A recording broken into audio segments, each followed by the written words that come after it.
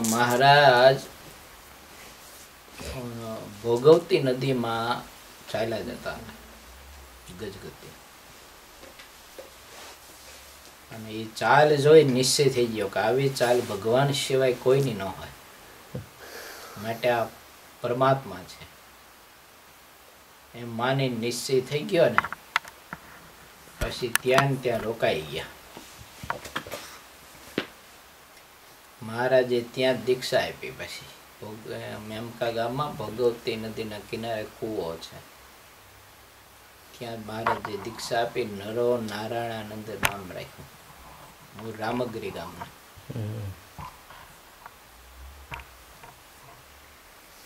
ભગવાનની ચાલ, પ્રભુના લટકા હાથના, આ બધા જોઈને કોઈને કઈને નિશ્ચય થતો. બ્રહ્માનંદ સ્વામી લખ્યું ને, લટકાડા તારે લટકે રે, લેરકડા હું લોભાણી. મહારાજ સભામાં બેઠા હોય અને હાથમાં લીંબુનું યા તો મોસંબીનું યા તો કઈ સફરજનનું ફળ હોય, યા તો હાથમાં દડો હોય, હાથના લટકા કરીને મહારાજ આમ ઉછાળતા હોય ને એને ઝીલતા હોય ને, એ હાથનું લટકું જોવે ને એટલે કંઈક આત્માઓને મહારાજના સ્વરૂપમાં ચિત્ત ચોંટી જતું. પછી એને મહારાજના હાથનું લટકું જ અખંડ દેખાયા કરે જીવંત પર્યંત. અને કારણ શરીરમાં રહેલા વિકાર માત્ર બધા છે ને એ લટકું ચિત્તમાં પરોવાઈ જાય ને એટલે બધા કારણ શરીરમાં રાગ માત્ર રહેલા રે બધા નષ્ટ થઈ જાય. કોઈ સંકલ્પ જ ન ઉઠે. એવા છે ને નિર્વિકાર થઈ જાય પુરુષો. એવા ઇતિહાસો કંઈક છે. કાંઈક ભારત દેશના યુવાનો, કાંઈક યુવાન દીકરીઓ એને મહારાજનો નિશ્ચય થયો, દર્શન કર્યું. કોઈને મહારાજના નેત્રોના દર્શન કરી અને ચિત્ત ચોંટી ગયું. કોઈને મહારાજના ભાર પ્રદેશમાં તિલક અને ચાંદલો સુંદર મજાનો કુમકુમનો શોભતો હોય ને એ જોઈને નિશ્ચય થઈ ગયો.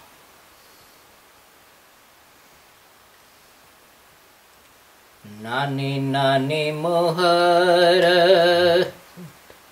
એ ફૂટતી અધર બેંબરોડા,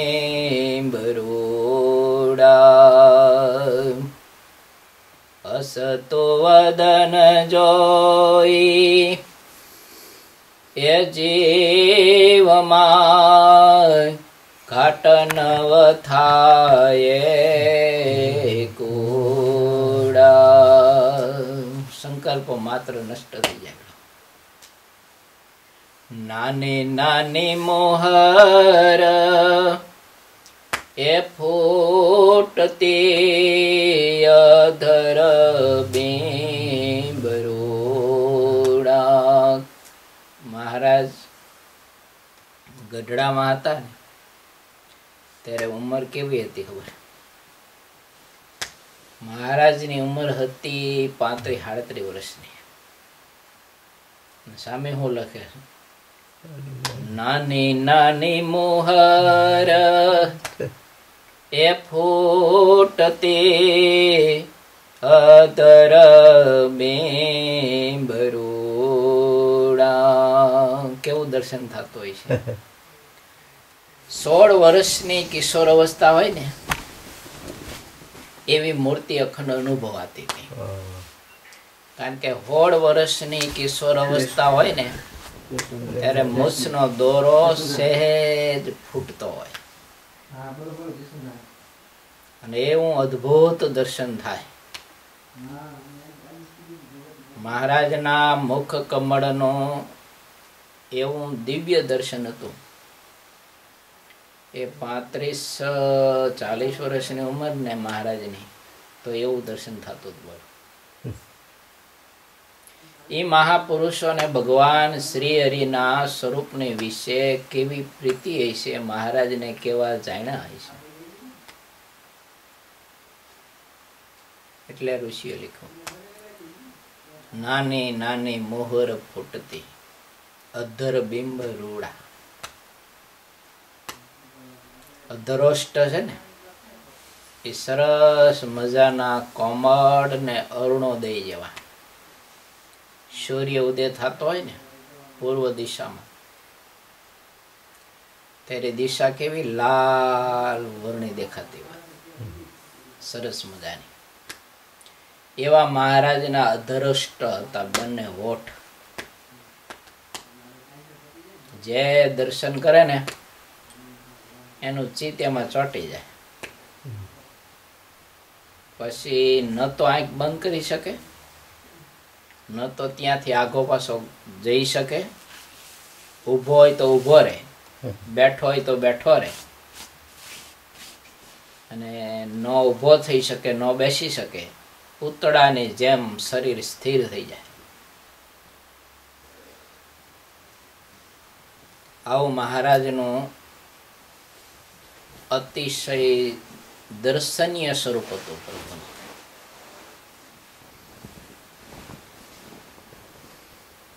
એ ભગવાન શ્રી હરિ આપણને સહુ કોઈને આ કડીકાળમાં પ્રાપ્ત થયા ઓળખાણ. સાક્ષી રૂપે રહી અને મહારાજે જ આપણને હા પડાવી કે આ જ ભગવાન છે, આ સર્વોપરી છે. નહીતર આપણી બુદ્ધિ છે ને આ ન પાડે.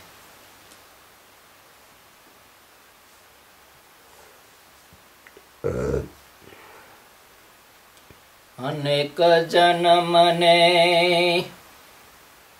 આદરે આખડલીને આગે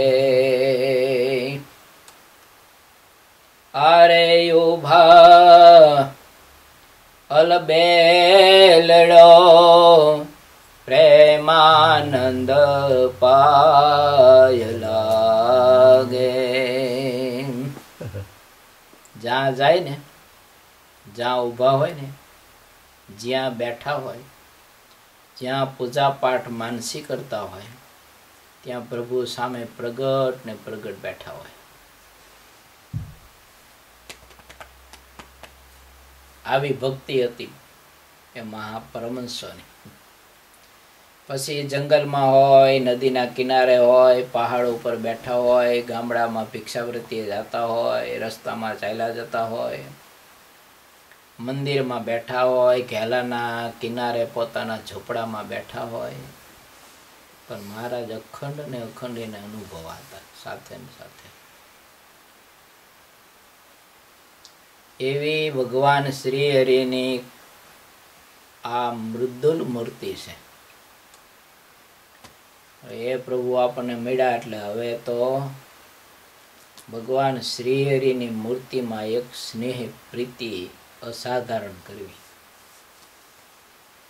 બાકી આ જીવે છે ને આવા દેહો કંઈક લીધા અને આ દેહમાં કંઈક દુઃખ ભઈ ગયા.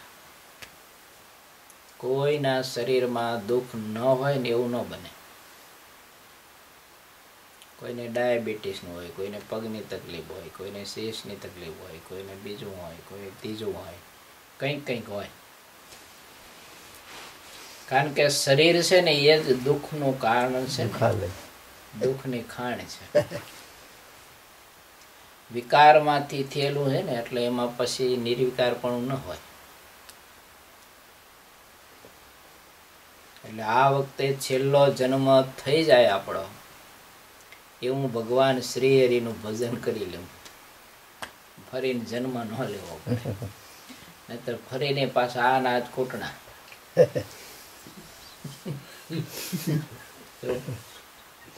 પાટા પિંડી કરી કરીને શરીરને ઠેડું દી નભાવવાનું. ન બેહાય, ન પલોઠી વરાય, ન દંડવટ થાય. બોલો આ દેહ કેવો આડો આવે આપણને. દુઃખ તો વધારે જ જાય સ્વામી આપણો. અને જો કે ભગવાન છે ને શરીરમાં રોગે એટલા માટે જ મૂકે છે આપણે વૈરાગ કરાવવા, વૈરાગ ન થાય. આસક્તિ ન છૂટે ને નહીતર. એટલે ભગવાન મહારાજે વચનાત્મા લખ્યું છે, મહારાજ કે છેલ્લી બાકી દેહમાં રોગ પ્રેરીને પણ ચોખ્ખા કરવા છે, પણ વાસના રહેવા દેવી નથી આ લોકો, રંચ માત્ર. એટલે શરીરમાં જે કઈ પીડા આવે ને સમજી જ લેવાનું મારા બાપને જ મોકલેલી છે.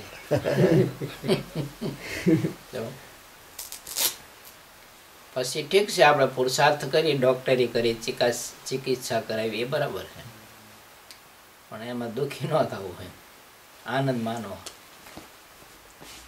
એ જેમ સુખ આપણે આનંદથી ને હરખથી સ્વીકારીને અને ભોગવીએ ને એમ આપેલું ભગવાનનું મોકલેલું દુઃખ છે ને એને પ્રભુનો પ્રસાદ માની અને મગજની લાડુડી જેમ હરખથી ખાઈ એમ ખાવાની.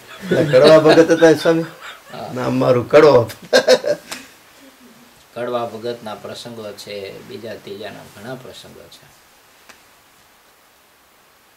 મહારાજે વચનામૃતમાં એવું લખ્યું છે નટુભાઈ, આ તમારો પગ જોયો ને એટલે મને બધું યાદ આવે. મહારાજે વચનામૃતમાં એવું લખ્યું કે સુડી ઉપર ચડાવ્યો હોય, સુડીના માચડા ઉપર, અને અમે પડખે ઊભા હોય ને તો એને સંકલ્પ સુધાય ન થાય કે આ સુડીના કષ્ટથી ભગવાન મને મુકાવે તો સારું. આવી નિષ્કામ ભક્તિ અને આવું ભગવાનને વિશે કરતા હરતા પણ ભગવાનના ભક્તે સમજવું, સુખ અને દુઃખ બંને પ્રેરે છે. પ્રભુ આપણા કલ્યાણ માટે, આપણા મોક્ષ માટે જ પ્રેરે છે. સમજવું ગહન છે.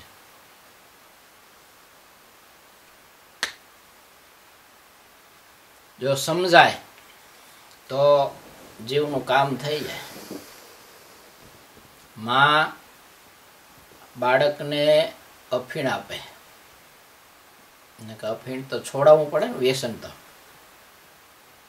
પણ બાળક રડતું હોય ને, આપણે ઇન્ડિયામાં પેલા નાના બાળકો બહુ રડે ને એટલે પછી એની માં શું કરે, તલના દાણા જેટલું અફીણ દૂધમાં નાખીને છોકરાને પી દે, એટલે ઓલા ધ્યાન ચડે ને એટલે સુઈ જાય. પછી છોકરો રોતો બંધ થઈ જાય, ઊંઘ આવે ને એટલે શાંતિ થઈ જાય. તો એ અફીણ છે ને કડવું છે ને ઝેર છે, એક પ્રકારનું પોઈઝન. તો એ માં એ બાળકને શું કરવા પોઈઝન આપે છે, એનું દુઃખ ટાળવા માટે આપે છે. એમ ભગવાન આપણા શરીરમાં કઈ કઈ રોગ પ્રેરે ને તો એ સમજવાનું કે આપણને નિર્વિકાર કરવા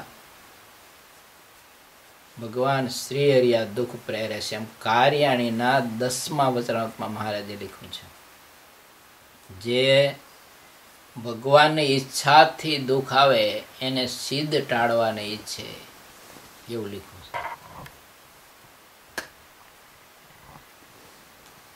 એટલે ભગવાન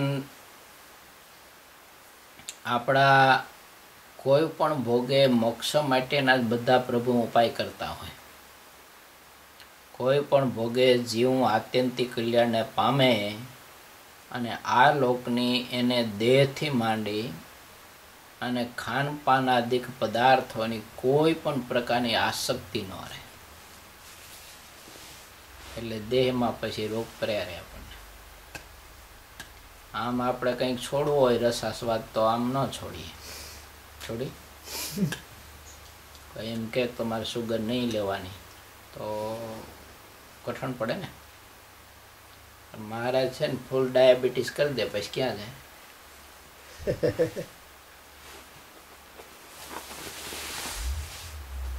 ખાટું ગળ્યું તીખું જીવના સ્વભાવ છે ને, એટલે આ બધો રસાસ્વાદ છે. તો શિક્ષાપત્રીમાં મહારાજે સિદ્ધાંત બતાવ્યો, રોગ માત્રનું અને વિકાર માત્રનું મૂળ જો હોય તો રસાસ્વાદ છે. વિકાર પણ રસાસ્વાદથી જ ઉદ્ભવે છે અને રોગ માત્ર પણ એનાથી જ થાય છે. કારણ કે આપણી જ્યારે અવસ્થા હોય ને, યુવાન અવસ્થા બરોબર જવાની, ત્યારે ખાવા પીવામાં આપણે કોઈ પ્રકારના નિયંત્રણ ન રાખ્યા હોય. પછી શરીર જ્યારે આપણું અમુક ઉંમર લાયક થાય ને ત્યારે લોહી ઘટતું હોય. પછી યુવાન અવસ્થામાં જે એને ખાધું પીધું હોય ને, એ વૃદ્ધ અવસ્થામાં પછી વિકાર થાય એનો, એટલે નડે પછી એવું થાય. હવે આપણી કહાની આપણને ખબર હોય કે યુવાન અવસ્થામાં જીવન આપણે કેવું જીવા હોય, કેટલા વેગ હોય. એ વેગમાં ન કરવાના જીવે કર્મ કર્યા હોય, ઘણા બધા કર્મ કર્યા હોય. પછી જેવા વેગે કરીને કર્મ કર્યા હોય ને, એવા જ વેગ્ય કર્મ લાગે. અને શરીરમાં પછી એવા જ વેગે કરીને પ્રભુએ કર્મનું ફળ ભોગવાવે. કાંઈક કાંઈક સ્વપ્ન અવસ્થામાં ભોગવાવે, કાંઈક જાગ્રત અવસ્થામાં ભોગવાવે છે, કાંઈક શરીરમાં ભોગવાવે, કાંઈક માનસિક વિચારોથી ભોગવાવે. પણ કર્મ ફળ પ્રદાતા જે પરમેશ્વર, એ જીવે કરેલા સાચા ખોટા નાના મોટા કર્મ, એનું ફળ પરમાત્મા છે ને, એ સાક્ષી રૂપે રહી અને ભોગવાવે તો ખરા છે. એટલે એવું છે બધું. શરીરને 13મું વચન છે પ્રથમ પ્રકરણનું. એમાં મહારાજે નિત્યાનંદ સ્વામીના પ્રશ્નથી આ સિદ્ધાંત સમજાવ્યા છે. રજોગુણ, તમોગુણ અને સત્વગુણ પ્રધાનપણે કરીને કર્મ કરે છે જીવ. એ કર્મને અનુસારે 4 પ્રકારની યોનિમાં એને જન્મ આપે છે. સ્વેદજ, અંડજ, જરાયુજ અને ઉદ્ભિજ જાતિ. આમાં છે ને દેહધારી માત્ર આવી ગયા. અને એમાંય કર્મને અનુસારે દેહમાં સુખ દુઃખ પ્રેરે છે. અને એ જીવના કલ્યાણ માટે ને એના સુખ માટે પ્રેરે છે કે એની વૃત્તિ પાછી વળે અને પરમાત્માની ભક્તિ કરી લે તો જીવ જન્મ મરણથી મુક્ત થાય. નહીતર અનંત વાર અનંત દેહ ધારણ કરવા પડે. 84 લાખ જાતિની યોનિ છે. હજી તો આપણે છે ને સૃષ્ટિ કાંઈ જોઈ જ નથી. હજી જંગલમાં, સમુદ્રમાં, જળાશયોમાં, ધરતી ઉપર, ખીણોમાં, પહાડોમાં, હિમાલયમાં કંઈક કંઈક એવા પશુના, પક્ષીઓના, કીડા મકોડાના દેહ છે કે હજી સૃષ્ટિ આપણે કંઈ જોઈ જ નથી. એટલી જાતના દેહ છે. આ માછલી ઘરમાં કેટલી જાતની માછલી, રાત્રિ દિવસ ખારા પાણીમાં જ રહેવાનું. કેટલી જાતની માછલીઓ છે, કેટલા દેહ. આ બધાય દેહ છે ને ભગવાન ન ભજે ને તો વારા ફરતી આ બધાય દેહ ધારણ કરવો પડે જીવને. કેદી અંત આવે એનો. હવે અમુક અમુક દેહ અને યોની એવી છે કે એમાં એની આયુષ અલ્પ છે.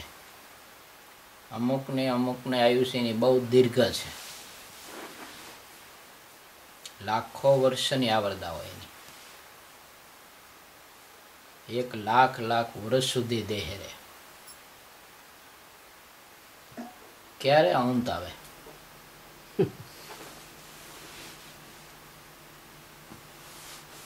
એટલે ભગવાન શ્રી હરિ આપણા ઉપર છે ને આ કૃપા કરીને આ સત્સંગનો યોગ મહારાજે આપણને એટલા માટે આપ્યો છે કે આ બધી યોનિઓમાંથી જીવ મુક્ત થઈ જાય આ જન્મે આ દેહ વડે કરીને. એટલે તાન રાખવું, ભગવાન શ્રી હરિની મૂર્તિમાં જોડાવાનું, પ્રભુની ભક્તિ કરી અને આપણું આત્યંતિક કલ્યાણ પ્રાપ્ત કરી લેવું. બાકી ઘણી વાર આ જીવ રાજા થયો, રંક બન્યો, ભિખારી બન્યો, પશુ પક્ષીના દેહ લીધા.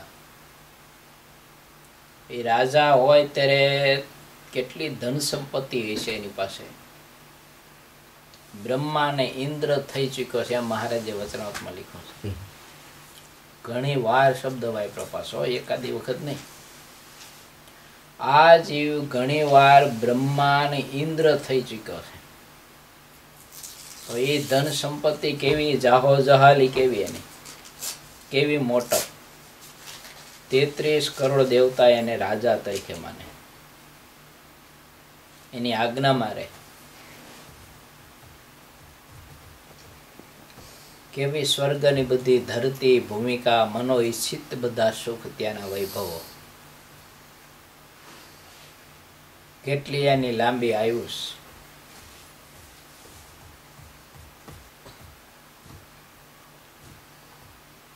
એક ઇન્દ્ર 36,64,606 દિવસ જીવે છે એક ઇન્દ્ર. બોલો, આ એની આટલી આયુષ છે. એટલા વાળા ક્યારે પૂરા થાય? અને એટલી આયુષ ભોગવીને મૃત્યુ થાય ને, દેહ પડે ને, પછી હતો એવો ને એવો પાછો મનુષ્ય કાં પશુ પક્ષીના દેહને પામે પાછો.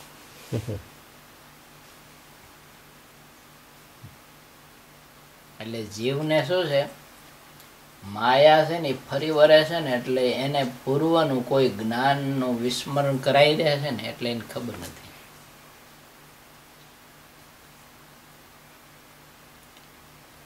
બાકી આપણે આપણા જ મહેલમાં ઘણી વખત આપણે કચરા પોતા કરવા માટે આવી. બંગલો આપણે જ બનાવ્યો હોય, ફર્નિચર બધું આપણે જ પસંદ કર્યું હોય, પછી દેહ પડી જાય અને બંગલાની આસક્તિ બહુ હોય, એટલે મરીને પછી ઝૂંપડપટ્ટીમાં જન્મ લે. એ ગરીબના ત્યાં ઝૂંપડપટ્ટીમાં જન્મ લીધો હોય ને, એને બંગલાની બાજુમાં ઝૂંપડા હોય, અહીંયા પછી કામ કરવા આવે નોકર થઈને. પોતે પસંદ કરેલી ચીજ વસ્તુઓ, હિંડોળા, ખાટ, ફર્નિચર, પોતાના છોકરા, પોતાનો જ પરિવાર, એની પાસે વાસણ મંજાવે, કચરા પોતા કરાવે. આપણે પસંદ કરેલા સોફા ઉપર આપણને બેસવા ન દે, નોકરને બેહવા દે કોઈ?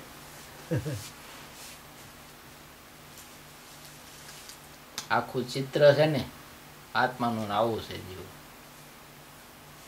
એક વખતનો ચક્રવર્તી સર્વભૌમ સમ્રાટ હોય તો એક વખતનો ભિખારી પણ હોઈ શકે. હતો જ ને, ભરતજી ચક્રવર્તી સમ્રાટ હતો ને, બીજા જન્મે મૃગલુ થયો, ત્રીજા જન્મે અંગીરા કુટુંબના કુળના બ્રાહ્મણના ત્યાં જન્મ થયો. ઝૂંપડામાં ન પહેરવા મળે કપડા, ન મળે ખાવા અનાજ. દિગંબર અવસ્થામાં એમ નામ જિંદગી આખી ભીખ માગીને પૂરી કરી. ચક્રવર્તી રાજા હતો, 9 ખંડ ધરતીનો માલિક હતો. કેટલી સંપત્તિ હશે એની પાસે, કેટલી સમૃદ્ધિ હશે એની પાસે. અને એ જ નાનું એવું પત્તર લઈ અને ઘેર ઘેર ભિક્ષા માગતો હતો. કોઈ ગાયડો દે, કોઈ અપમાન કરે, કોઈ આપે, કોઈ ન આપે. બોલો, ચક્રવર્તી સમ્રાટ હતો ને ત્યારે સોનાના ખુમચામાં અનેક પ્રકારના ભોજન પીરસાતા હતા, સારા સારા મેવા મીઠાઈ પીરસાતા હતા. એને કોઈ ઉતરી જેલું ખીચડું કે ઉતરી જેલું શાક પણ કોઈ ભિક્ષા માગવા જાય ને તો આપે નહીં. ગાયડો દે, અપમાન કરે, કાઢી મૂકે. ભરેજી દાંત કાઢે, હસે. લોકોને સમજાય નહીં, આશ્ચર્ય થાય કે મારું આટલું અપમાન કરી છે, આપણે દેતા નથી, ગાયડો દઈ છે, તો મારો દાંત કેમ કાઢે છે, હસે છે કેમ? આનંદ એવો ને એવો એને પાછો. એનું હસવાનું કારણ એ હતું, એ હસતો તો એટલા માટે પોતાના આત્માને પોતે કહેતો હતો કે જ્યારે પ્રભુએ આપ્યો હતો ને યોગ તે દિવસે ન સમજો ને એટલે તું આ શિક્ષાને પાત્ર જ છું. સોનાના ખુમચામાં અનેક પ્રકારના ભોગ જમતો હતો. દેવાંગના જેવી રાણીઓ તારી સેવામાં હાજરા હજુર રહેતી હતી. સોનાના છપ્પર પલંગમાં તું ભળતો હતો.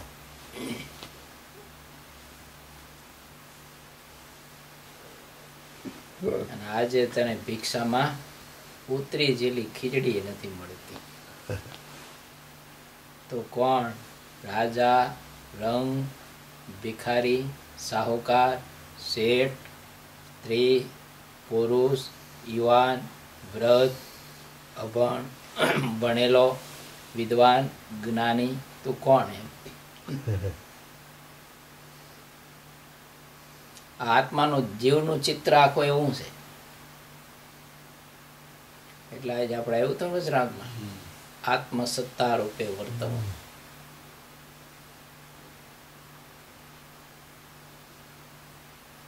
પણ જીવને દેહમાં આવે ને એટલે દેહના અભિનિવેશે કરીને સંબંધે કરી અને જીવ આ બધું જ્ઞાન ભૂલી જાય છે.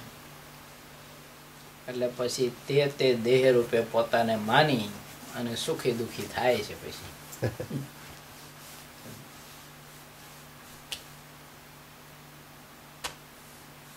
એટલે એવું છે. એટલે આ દેહના દુઃખમાં આનંદ માનવો.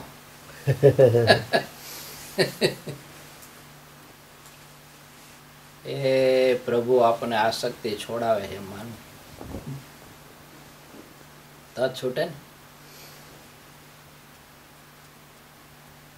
નહીતર જીવને એવું છે નહીં જેવી વસ્તુ ન છૂટે પછી વાસના તો કેમ છૂટે?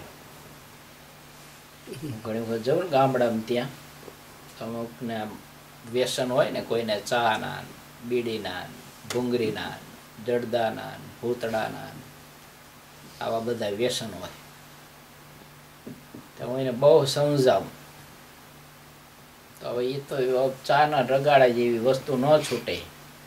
એને દેહની, જગતની, વિષયની, ધન સંપત્તિની આસક્તિ છૂટે? એટલી વસ્તુ ન છૂટતી હોય ને. એટલે કામ કઠિન છે આસક્તિના બંધનો તોડવાય. તેમાં મહારાજે વચનાત્મા શું લખ્યું? વિચારના બળને નો પામ્યો હોય તો મહારાજ કે ફાટેલ ગોદડી અને તૂટેલી તુંબડીમાંથી મનને ઉખેડવું મહા મુશ્કેલ છે. અતિ દુસ્સહ્ય છે. નહીં જેવી ચીજ વસ્તુને પદાર્થમાંથી આસક્તિને બંધન તોડવું કઠિન છે.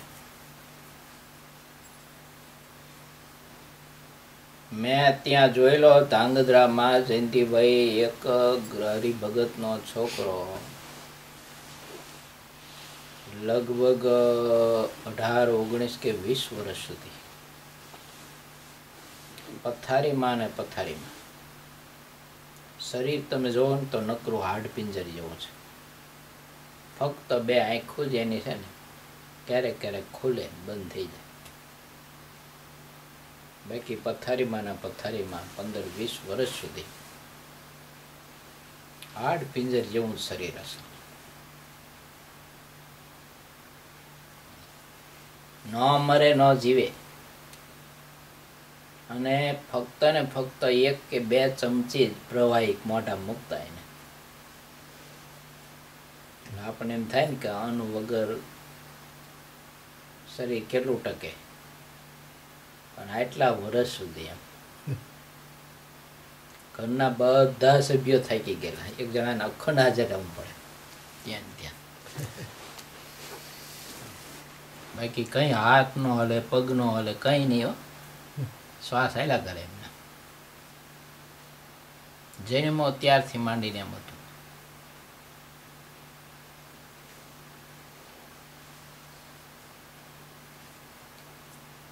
એવો દેહ ભગવાને આપણને આપ્યો હોય તો કહો શું થાય?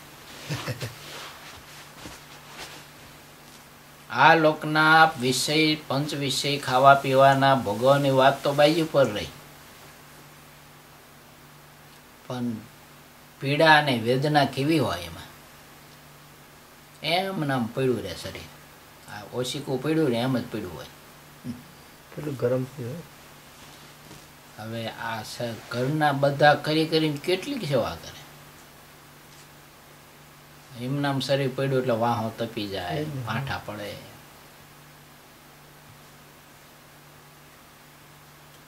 આ કર્મને અનુસારે છે દેહો. એટલે આપણે આ બધું વિચારીને પછી છે ને આપણા શરીરનું વિચારાય કે પ્રભુએ મારા ઉપર કેવી કૃપા કરી છે કે હાલતો ચાલતો ખાતો પીતો આવો દેહ મને પ્રભુએ આપ્યો છે. એટલા માટે આપ્યો છે કે ભક્તિ કરી, સંત સમાગમ કરી, સત્કર્મ કરી, સાચી સમજણ કેળવી, જગત દુનિયાને દેહને વિષયોથી વિરક્ત થઈ અને પ્રભુના મહા એકાંતિક ભક્ત થઈ અને પ્રભુને પામી જાવ. એના માટે પ્રભુએ આપણને શરીર સારું આપ્યું. આપણે શું ભગવાનને આપ્યું? એને આપણને આવો દેહ આપ્યો, એના બદલામાં આપણે કાંઈ આપ્યું પ્રભુને? એક પેટીમાં બેત્યું નાખીએ તો ફૂલાતા હોય. આપણે ઇન્ડિયામાં તો કોઈ પારણો પ્રસંગો થતા હોય ને તો એમાં દાન કર્યું હોય ને તો એને પાછું ફૂલણજી પાર ન હોય અભિમાનનો. હવે આપ્યા 1000, 2000, 5000, વધીને 50,000 કે લાખ રૂપિયા.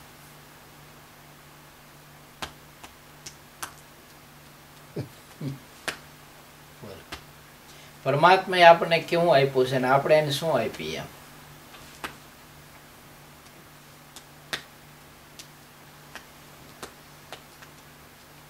બધું એને આપ્યું ને. શરીર આપ્યો, બુદ્ધિ યોગ આપ્યો, ધન યોગ આપ્યો, સંપત્તિ યોગ આપ્યો, કુટુંબ યોગ આપ્યો, સંત યોગ આપ્યો, શાસ્ત્ર યોગ આપ્યો, પરમાત્માનો યોગ આપ્યો, મંદિરનો યોગ આપ્યો. એને બધો પરમાત્મા યોગ આપ્યો. આ જીવે પરમાત્માનો શું કશું ન આપ્યો.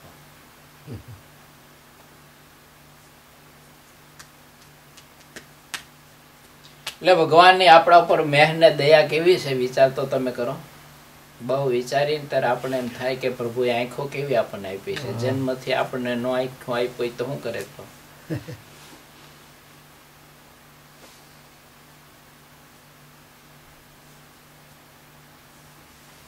અને દેહ આપ્યો હોય કદાચ ઓલા ખાંગારાનો આપ્યો હોય તો શું કરે? જંપત મારે જ ને બેઠા આખી જિંદગી. કાંગારો શું કરે? જંપ લીધા કરે.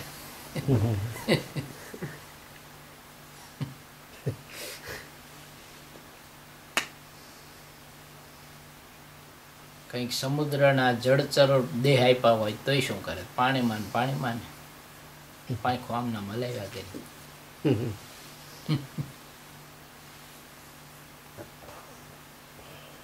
એના બદલે પ્રભુએ શરીર આપ્યું. શરીરમાં બધાય અંગ સારા આપ્યા.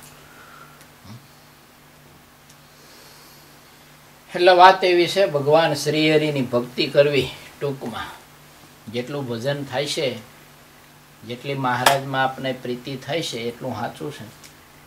અને કંઈ ન થાય તો મહારાજે શું લખ્યું વચનામૃતમાં? આજે શું આવ્યું? ભગવાનના સંતમાં પ્રીતિ કરવી. કાંઈ ન થાય, જાજો ન સમજતો હોય એને સંતના મધ્યમાં પડ્યું રહેવું. તો પાછો સુગમમાં સુગમ મહારાજે ઉપાય બતાવ્યો. સંતના થઈને રહેવું, જેવું એનું કલ્યાણ થાય ને એવું જ આપણું થાય. આ માર્ગ બધા કરતા સરળ પાછો. સરળ. પછી વાસના ટળી ન ટળી કઈ ચિંતા જ નહીં. બોલો,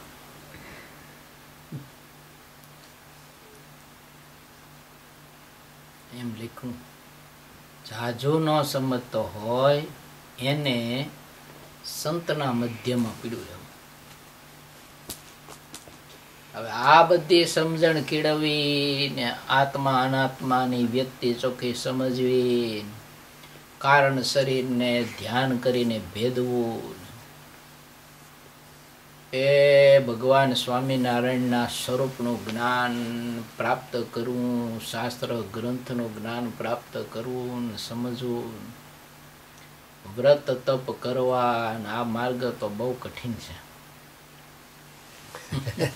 કેદી પામે. એટલે બધા કરતા સુગમ રસ્તો છે ને મહારાજે બતાવ્યો.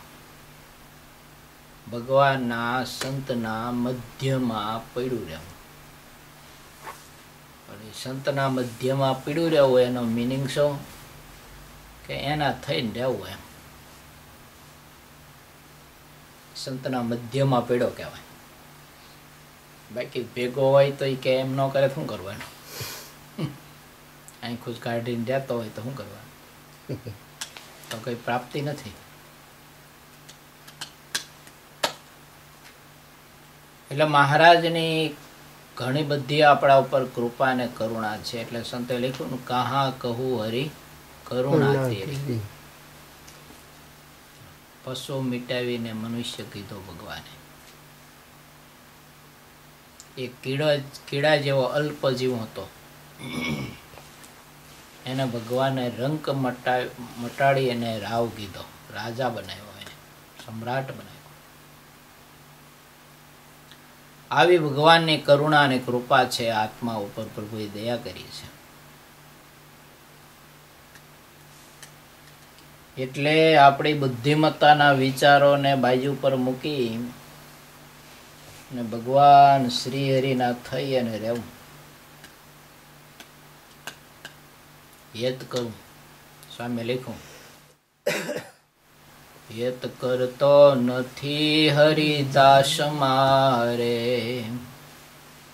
બધામાં યત કરે હાજી, અને ભગવાન ને ભગવાનના ભક્તમાં પ્રીતિ નથી કરતો. જ્યાં કરવી ઘટે ત્યાં પ્રીતિ કરતો નથી, અને જ્યાં પ્રીતિ તોડવી ઘટે ત્યાંથી તોડતો નથી. આવી અવળી મતિ છે એની.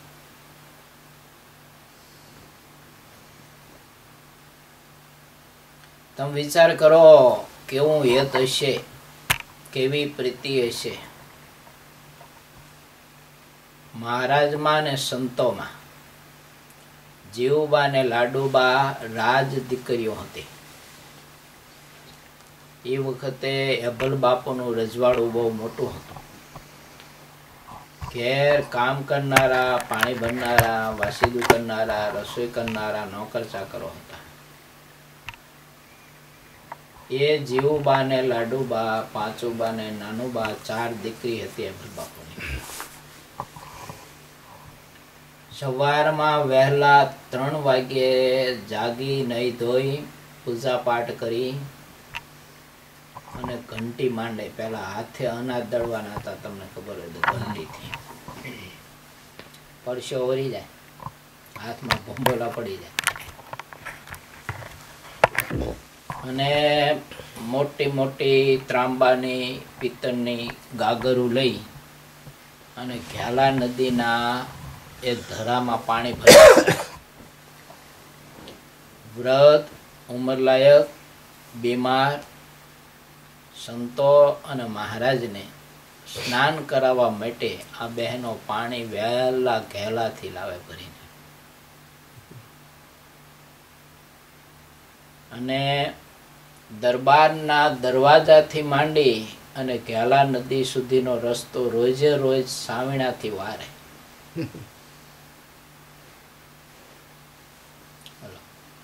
1.5-2 કિલોમીટર થાય. એ આમણેથી આખો રસ્તો રોજે રોજ વાળી અને પાણી ભરીને પાણી છાંટે પાછું.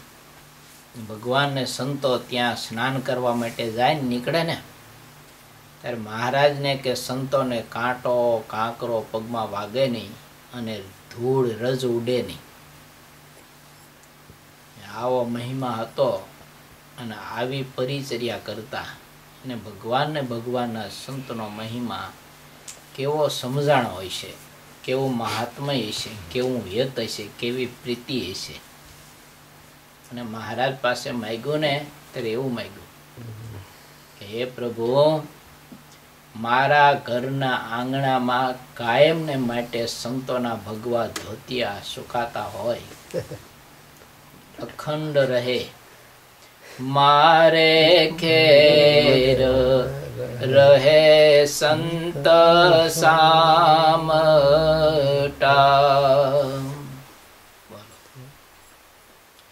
એ મહારાજ રાજી થયા હોય ને તો એવું વરદાન આપો, મારા ઘરના આંગણામાં તમારા સંતો અખંડ રહે.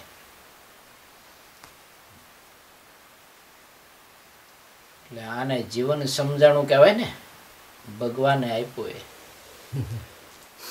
બાકી આ જીવે તો અનંત બાર સ્ત્રીમાં પ્રીતિ કરી, સ્ત્રીએ પોતાના પતિમાં પ્રીતિ કરી, એના થકી થયેલા સંતાનોમાં પ્રીતિ કરી, કુટુંબમાં હગા વાલા મામા માસી ભાઈ ફુવા આ બધામાં હેત રાખ્યું, પ્રીતિ કરીને ઓલા એક કઈ બાંધી ન દીધું આરે કોઈ. આપણો મામા ફુવા ફઈ હોય ને ગમે તેવી હેત રાખી તો આપણે મરી જઈ દેહ પડી જાય ત્યારે હું બંધાઈ દે આપણને. ઓલો અક્ષરધામમાં મૂકવા આવે શું કરે એ બિચારો ભૂતિયોની માળ રખડતો હોય, શું મૂકવા આવે આપણને.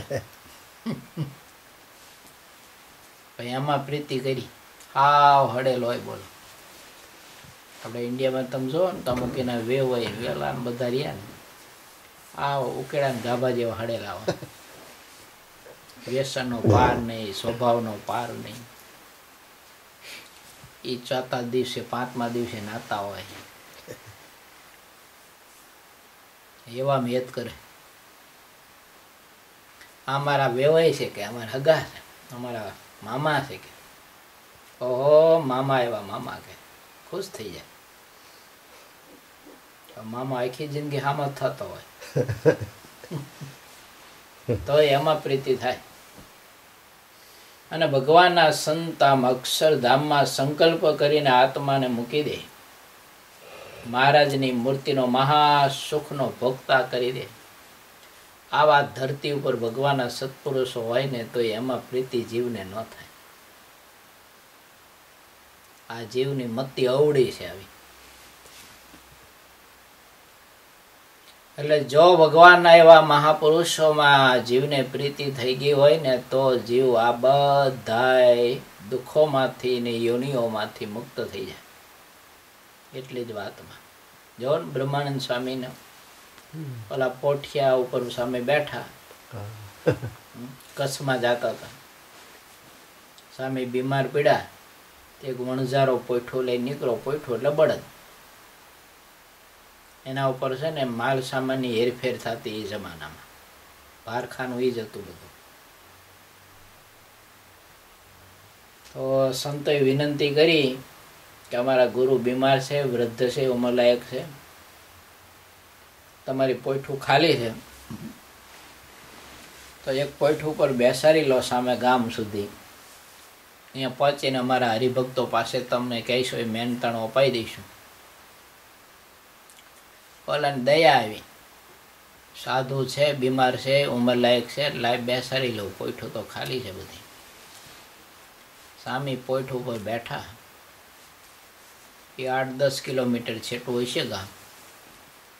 ત્યાં પહોંચ્યા, સામે ત્યાંથી હેઠે ઉતરા અને એ પોઠ જે બળદ હતો ને એના પીઠ ઉપર સામે હાથ થાબડીને કહ્યું કે જા ભલા, તારો આ છેલ્લો જન્મ થઈ ગયો કે.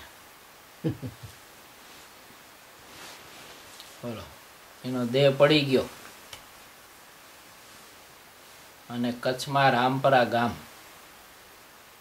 ત્યાં એક હરિભગત ખરેખરા ભગવાનના એકાંતિક, એને ઘેર મહારાજે જન્મ આપ્યો, પુત્ર તરીકે જન્મ.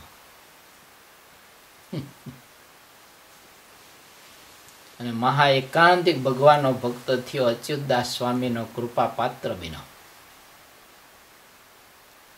અને ભગવાન શ્રી હરિના અક્ષરધામને પામ્યો. આટલો જ યોગ સંતનો. તોય બધી યોનિમાંથી મુક્તિ મળીને મહારાજનો મહા એકાંતિક ભક્ત થઈ ગયો. એ કલ્પો સુધી રખડે બધા દેહોમાં જન્મ લઈને તોય થાય. આ જીવે દેહ માટે ને દેહને અનુરૂપ પદાર્થ અને દેહને અનુરૂપ સગા સંબંધીઓ માટે તો કંઈક જન્મ સુધી એને ચામડું તૂટી જાય એટલી મહેનત કરી અને ધન સંપત્તિ કમાઈ અને આખી જિંદગી મર્યો ત્યાં સુધી એના માટે જ બધી ગધા મજૂરી કરી. એને એમ જ કહેવાય ને, ત્યારે શું કહેવાય? વેઠ જ કહેવાય એને. જેને વળતર ન હોય ને વેઠ કહેવાય. કોઈ આપ્યું વળતર કાંઈ આ જીવને ક્યારેય.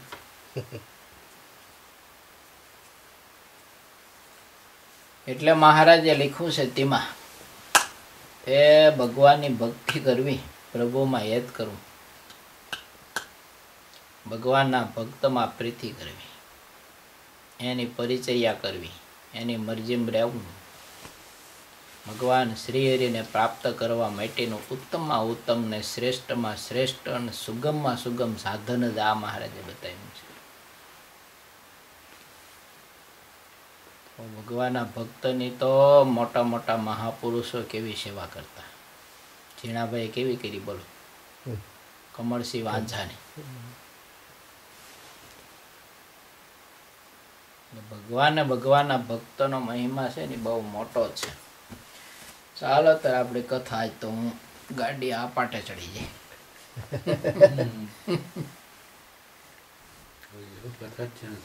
હે એવું કથા જ છે ને? હા, તો કથા જ છે. હું તો ભગવાનના ગુણ જ ગાવા છે, કરવું છે એ જ આપણે. કથા કરી અને ભગવાનના સ્વરૂપમાં પ્રીતિ કરવાની વાત છે ને ભગવાનના ભક્તમાં હેત કરવાની વાત છે. એટલા માટે કથા ને નકરું સાંભળ કરીને ભગવાનના ભક્તમાં હેત ન થાય અને પરસ્પર ભગવાનના ભક્ત જ્યારે મળે ત્યારે આંખું કાઢતા હોય તો કથાથી શું ફાયદા? જિંદગી સાંભળે તો શું કરવાનું?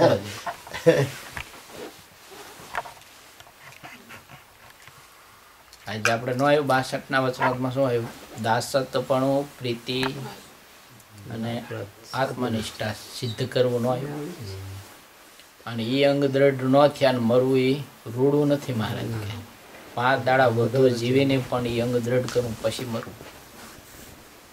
એટલે ભગવાનના ભક્તનો મહિમા છે ને આ જગતમાં બહુ મોટો છે.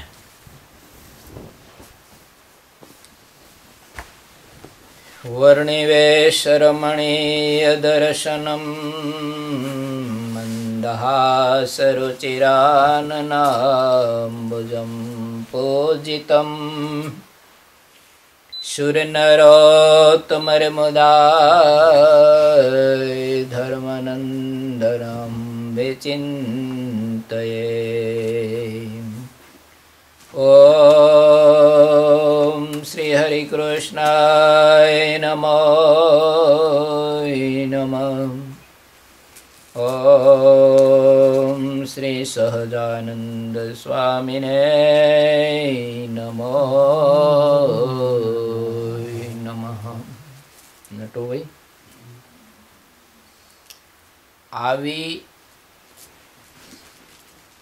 કથા વાર્તા, આવો યોગ મેળવવા માટે મહાપુરુષો જંગલમાં રાજનું કામકાજ છોડીને જતા, તો એ મળતો નહોતો એને.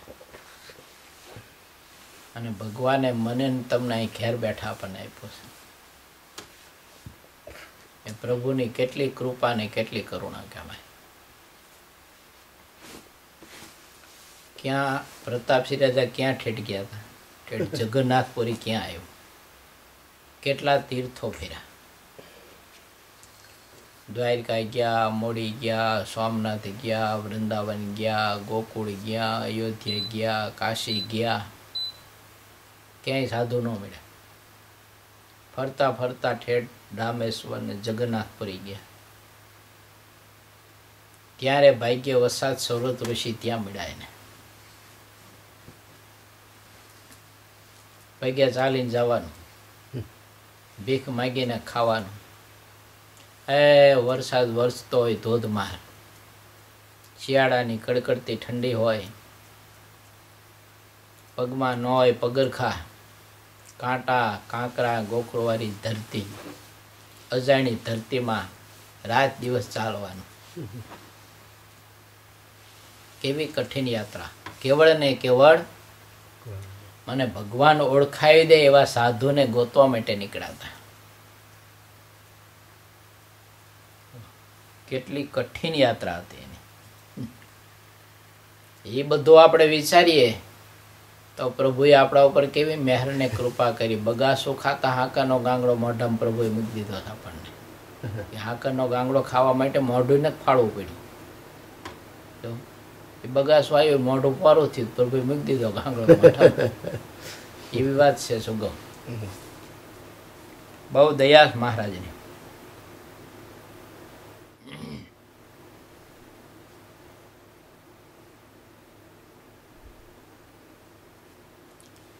ચોથા અધ્યાયથી સત્સંગી જીવનનો પ્રારંભ થાય છે.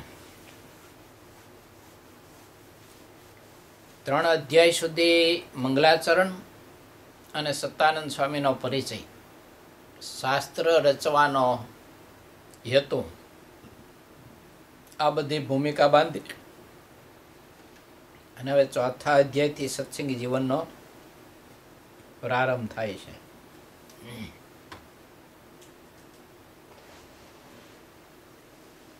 સુવ્રતિ મુનિ બોલ્યા કે હે રાજન, ધર્મની સ્થાપના માટે અને અધર્મના નાશ માટે ઉત્તર કૌશલ દેશમાં રહેલા ધર્મ ભક્તિથી પ્રગટ થયેલા દેવતાઓને આનંદ આપનારા, ધર્મની પ્રવૃત્તિ કરનારા, સુંદર ચંદન અને પુષ્પહારોમાં રુચિવાળા શ્વેત વસ્ત્રોને ધારણ કરનારા, અત્યંત શોભાયમાન એવા પરમ ગુરુ નારાયણ ઋષિ રૂપ શ્રીહરિને હું નમસ્કાર કરું છું.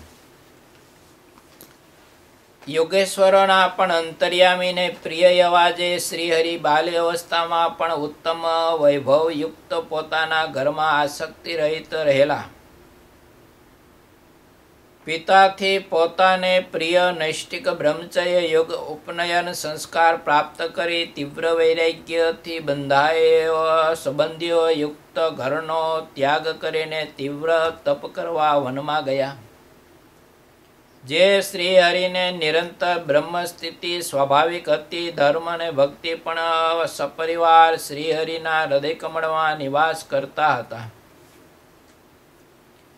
રાજાઓને પણ દુર્લભ એવા શબ્દાદી પંચ વિષયો કે જેનાથી મુનિઓને પણ ભય રહે છે, તે શ્રીહરિના મનને આકર્ષવા ક્યારે પણ સમર્થ થાય નહીં.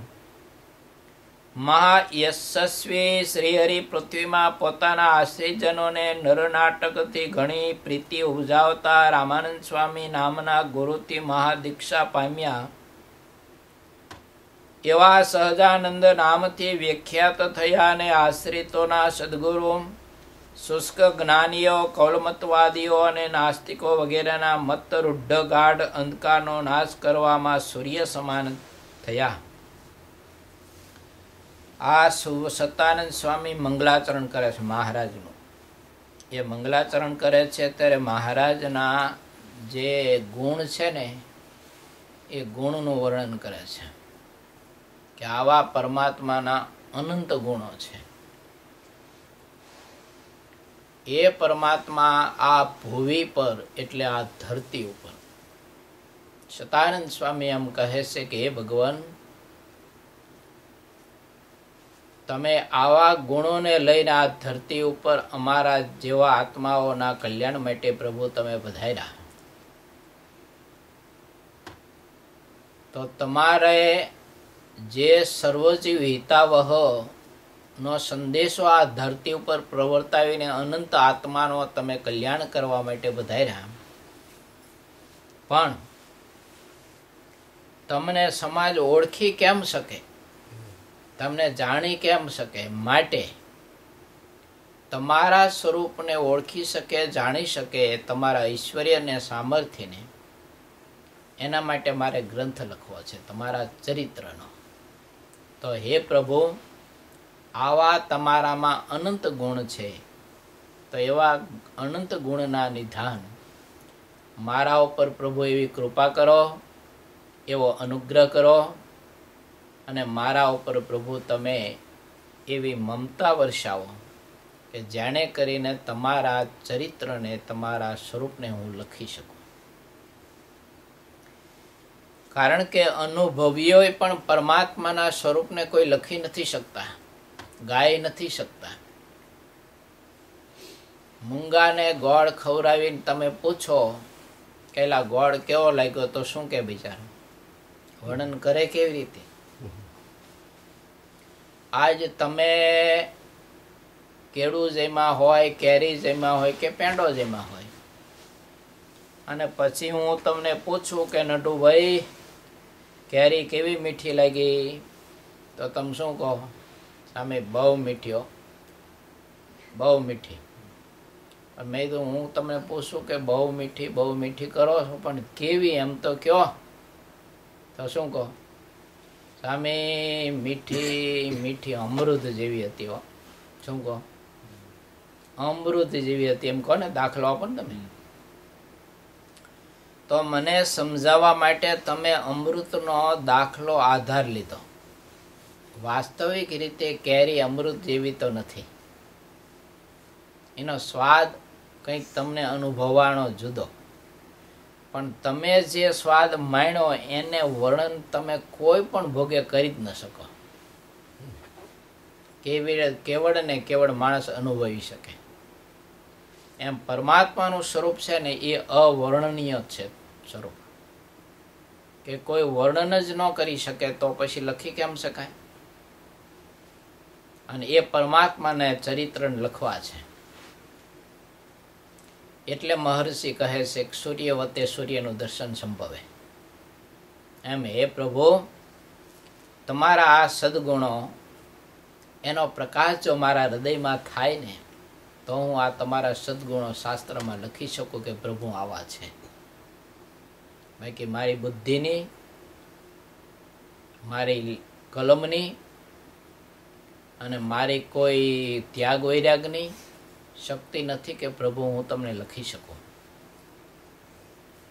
એટલે પ્રભુના સ્વરૂપની વંદના કરતા ઋષિ બોલે છે કે હે ભગવાન, તમે એવી મારા ઉપર કૃપા કરો, અનુગ્રહ કરો, તો હું તમારા સ્વરૂપને, તમારા ચરિત્રને, તમારે મૂર્તિના અંગો અંગને હું લખીને સમાજને બતાવી શકું કે અક્ષરધામનો અધિપતિ પુરુષોત્તમ નારાયણ આ ધરતી ઉપર આવ્યો ને, એ આવો દયાળુ, આવો કૃપાળુ, આવો મમતાવાળો, આવો રૂપાળો, આવો જાડો પાતળો, આવો દયાળુ ભગવાન હતો, એમ હું તમને બતાવી શકું સમાજને. પણ તમે કૃપા કરો તો થાય. મારી બુદ્ધિ તમને લખી શકે એવું છે નહીં. કોણ બોલે છે? ત્રિકાળ જ્ઞાની પુરુષ બોલે છે, જેને ભૂત, ભવિષ્ય અને વર્તમાન 3 કાળનું જ્ઞાન હતું. એ પુરુષ ભગવાન આગળ આવી રીતે વંદના કરી, સ્તુતિ કરીને બોલે છે. હવે આપણે જેવાનું તો ત્યાં અહીંયા ગજું આવે.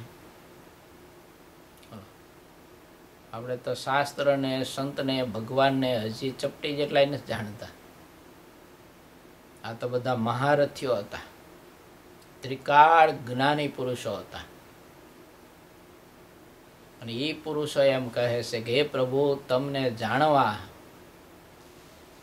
એ અમારી બુદ્ધિનું કામ નથી, અમારું જ્ઞાનનું કે અમારા ચાતુર્યનું કામ નથી. તમે કૃપા કરો તો થાય. આગળ ઋષિ બોલે છે કે જે શ્રીહરિ પોતાના બધા આશ્રિતોને લોભ, ઈર્ષા, મદ, માન, મત્સર, કલી, ક્રોધ અને કામરૂપી સૈન્યથી તત્કાળ મુકાવીને અંત કાઢે તે જનોને માયાથી પર પોતાના અક્ષરધામમાં લઈ જાય છે. એવા બહુ પ્રતાપવાળા શ્રીહરિ પૃથ્વી ઉપર હંમેશા વિજય પામે છે. કોઈ સમય પોતાના મુખ કમળના દર્શન કરવા માટે પોતાના નિવાસસ્થાન પર્ણશાળાની ચારે બાજુ વીંટાઈને રહેલા મુનિ સમૂહને જાણીને તત્કાળ બહાર આવતા શ્રીહરિમાં મારું મન લાગેલું રહો.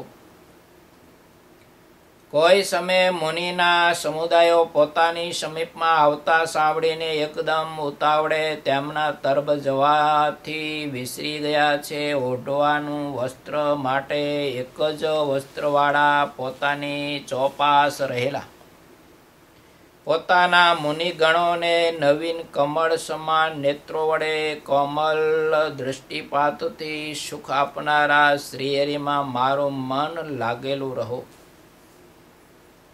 અને ક્યારે સભામાં મહામૂલ્યવાન આસન ઉપર બિરાજમાન પ્રભુ જમણા હાથમાં શોભાયમાન તુલસી કાષ્ટની માળા રાખી ઈષ્ટદેવનું સ્મરણ કરે છે. નક્ષત્ર ગણના મધ્યમાં રહેલા ચંદ્રમા સમાન શોભાવાળા અને મુનિઓના નેત્રોને એક સ્થાનભૂત તે શ્રીહરિમાં મારું મન લાગેલું રહો. ક્યારેક મુનિજનોથી કરાતી પૂજામાં સ્વીકારેલા શ્વેત વસ્ત્રો, તિલક, ચોખા અને વિચિત્ર પુષ્પોના હારવાળા ચરણમાં પાદુકાઓ ધારણ કરેલા કમર ઉપર હસ્તકમળ મૂકીને ઉભેલા શ્રીહરિમાં મારું મન લાગેલું રહો. ક્યારેક અજન્મા એવા ભગવાન જન્મોત્સવ સમયે જુદા જુદા દેશોમાંથી આવેલા ભક્તોના સમૂહે વિવિધ પ્રકારના વસ્ત્રો, આભૂષણો અને સુગંધિમાન પુષ્પહારોથી પૂજાયેલા શ્રીહરિ મને હર્ષ આપનારા થાઓ. કથા શાસ્ત્ર ગ્રંથ લખવા માટે હાથમાં કલમ લઈ અને ઋષિ બેસે છે ને ત્યારે એને મહારાજના આ દિવ્ય અંગો અંગનું સ્વરૂપનું અને ચરિત્રનું દર્શન કર્યું છે ને એમાં ખોવાઈ જાય છે પુરુષ. હાથમાં કલમ છે, બેઠા છે શાસ્ત્ર લખવા, પ્રભુની સ્તુતિને વંદના કરે છે. તો વંદનાને સ્તુતિ કરતા કરતા કરતા પ્રભુના પ્રેમમાં આ ઋષિઓ ખોવાઈ જાય છે ને એટલે ભગવાન સહજાનંદ સ્વામી સફેદ વસ્ત્ર ધારણ કરીને ફક્ત ને ફક્ત એક ધોતી મહારાજે ધારણ કરી છે. પોતાના પરમહંસો સખાઓની સાથે પ્રભુ ઘેલા નદીમાં સ્નાન કરવા માટે આવેલા. સ્નાન કરી જળ ક્રીડા કરી અને ઘેલા નદીના કિનારે એક પથ્થરની શિલા ઉપર પ્રભુ એક ધોતી પહેરી અને પોતાનો જમણો હાથ કેડ સાથે રાખી અને ઊભા છે. આ દર્શન કરેલું છે ને સ્તુતિ કરતા કરતા ઋષિનું મન છે ને એ પ્રભુની મૂર્તિમાં ઊંડું ઉતરી જાય છે. આવા ભગવાનના મહાદિવ્ય ચરિત્રો અને આવું એ ભગવાન શ્રી હરિની મૂર્તિનું અદ્ભુત દર્શન છે કે આત્મા તુરત જ વિકારોથી રહિત થઈ જાય છે અને સ્થિર પૂતળાની જેમ આ ભગવાનનું સ્વરૂપ સામેને આમ તાદૃશ્ય ખડું થાય. અને જે ભગવાનના અંગનું એને દર્શન કર્યું છે ને એ અંગનું એને ચિંતન થાય ને સ્મરણ થાય ને એટલે અંતરિક્ષામાં અધર પધર મહારાજની મૂર્તિ એને એવી જ અનુભવે. ધોતી પહેરી હોય, જમણો હાથ મહારાજે આમ કેડે રાખ્યો હોય અને મહારાજના બંને નેત્રો છે ને એ કમળની પાંખડી જેવા સુંદર મજાના કોમળ અને અણિયારા અને નેત્રમાં સુંદર મજાની ઝીણી ઝીણી લાલ રેખાઓ દેખાતી હોય. આવી મૂર્તિ આમાં અંતરો અધર અધર અંતરિક્ષમાં ઋષિ દેખાયા કરે. આવી મજાની અદ્ભુત કથા છે. તો આ જો ખરેખર આ કથા કરવા જાવું ને તો એક જ અધ્યાય મહિના આપણો પૂરો થાય. આનું એક એક શબ્દનું જો વિવરણ કરવું ને તો આપણા મહિનામાં આપણા જેટલા દિવસ છે ને એટલા દિવસમાં એક જ અધ્યાય માંડ પૂરો થાય. એવી અદ્ભુત કથા છે.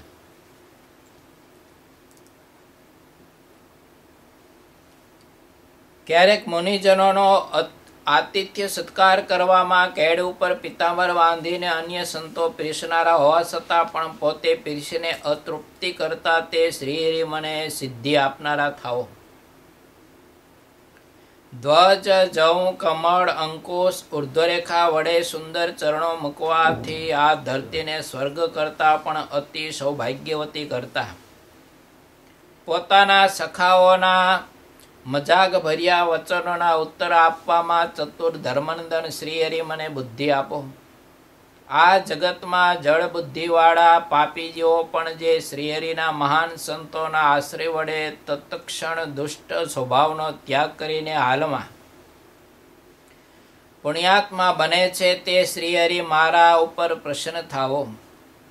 ક્યારેક તો ભગવદ ભક્તિ સહિત વેદ અને સ્મૃતિ સમંત પોતપોતાના સ્વધર્મ અને પોતાના ભક્તજનોને અધિકાર પ્રમાણે ઉપદેશ કરતા અને પોતે તેનું આચરણ કરતા એવા શ્રીહરિ મારા ઉપર પ્રસન્ન થાઓ. ક્યારેક પૃથ્વી ઉપર શુદ્ધ હિંસા રહિત વિષ્ણુ યાગાદી ઇષ્ટ કર્મ કરતા અને વાવ, કુવા, તળાવ, મંદિર ઇત્યાદિક પૂર્ત કર્મ કરતા થકા અગણિત બ્રાહ્મણોને યથેષ્ટ ભોજન વડે તૃપ્ત કરતા. ક્યારેક રાત્રિ સમયે મુનિઓના સમૂહની વચ્ચે વિરાજમાન સ્વયં ઘણા સંશયવાળા પ્રશ્નો ઉત્પન્ન કરાવીને જ્યારે અન્ય કોઈ ઉત્તર ન આપી શકે ત્યારે બધા સારી રીતે જાણે તેમ પદે પદે વિવિધ ઉત્તર આપનારા શ્રીહરિ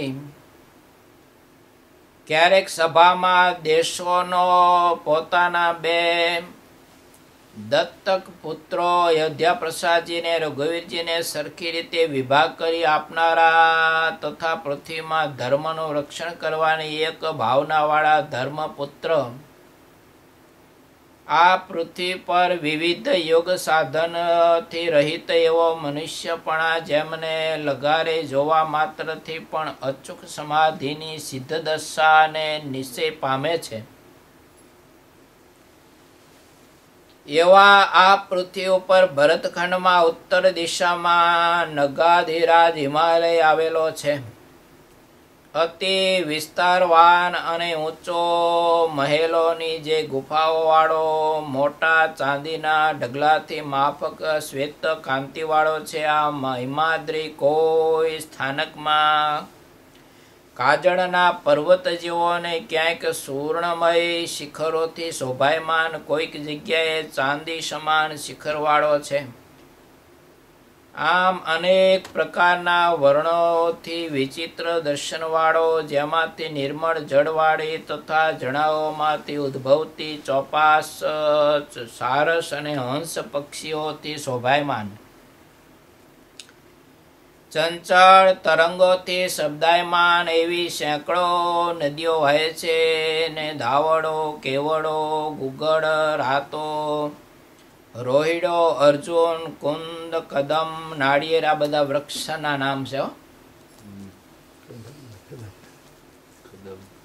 નાળિયેરી, વડ, બેલી, કોઠી, દાડમ, તાડ, તમાલ, શાલ, જાલ આ વૃક્ષોથી જે હિમાલય સુંદર દેખાય છે.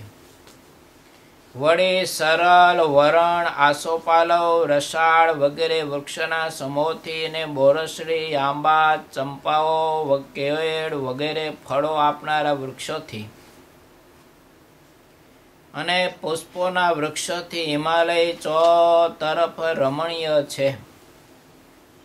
જે પ્રફુલ્લિત પુષ્પરૂપી ચક્ષુથી જોતો હોય ને શું વળી પૂજવા લાયક અતિથિઓને વાયુથી હાલતી શાખાવાળા વૃક્ષરૂપી હાથથી તથા કોયલોના મધુર ટહુકારથી જાણે કે બોલાવતો હોય ને શું, અને દર્ભોરૂપી આસન અને ફળમૂળ કંદાદી રૂપ ભોજન વડે જાણે તૃપ્તિ કરતો હોય ને શું.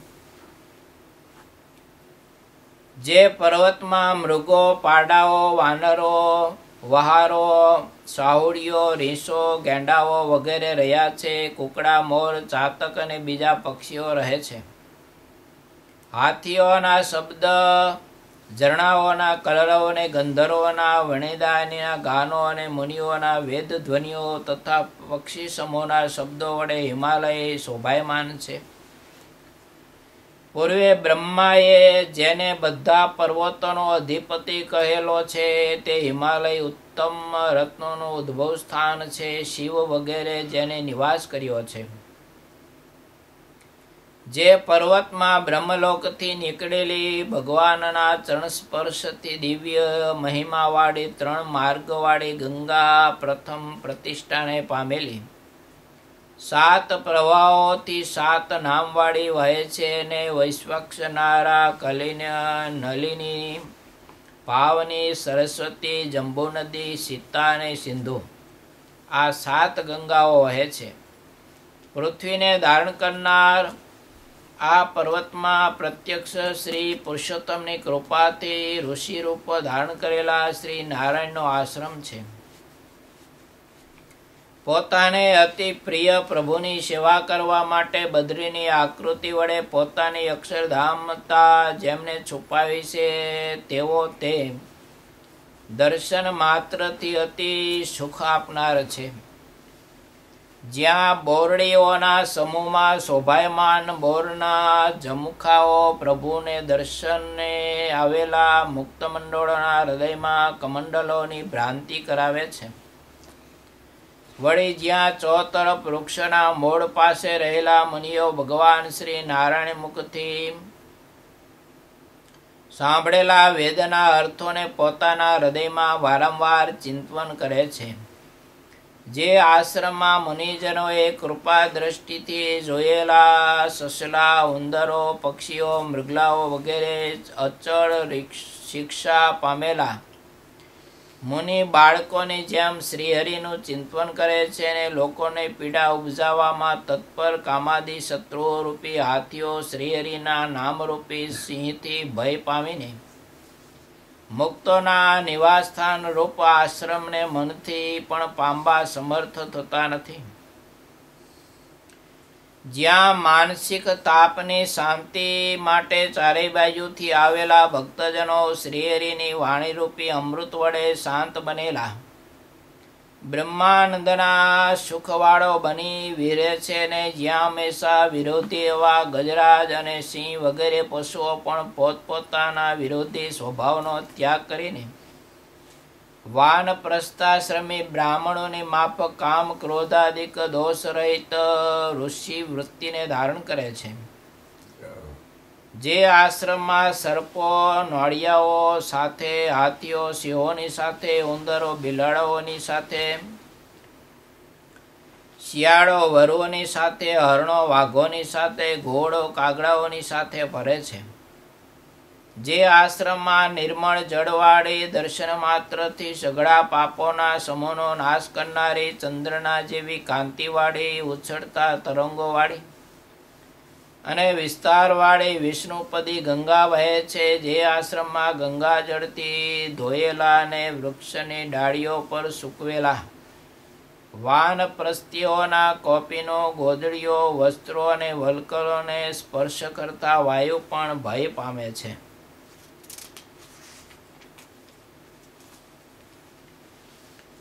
જે આશ્રમ સૂર્યને અગ્નિ સમાન કાંતિવાળા જીતેન્દ્રિય તપોનિષ્ઠ રોરુ નામના મૃગોના ચર્મરૂપી વસ્ત્રોવાળા ને સર્વજ્ઞ ને બ્રહ્મભાવને પામેલા પરમહંસોએ રાત્રિ દિવસ સેવેલો છે. જે આશ્રમ ઘણા પુણ્ય સમૂહથી રહિત જનો માટે અપ્રાપ્ય છે, જ્યાં બ્રહ્મસ્થિતિને પામેલાઓ રહે છે. અભીષ્ટ મનોરથોને આપનારો છે. સિંકાઓમાં લટકતા ભોજન પાત્રો અને જળના ઘડાઓથી શોભાયમાન એવા આશ્રમને જોવા માત્રથી જ રસ્તાનો થાક ઉતરી જાય.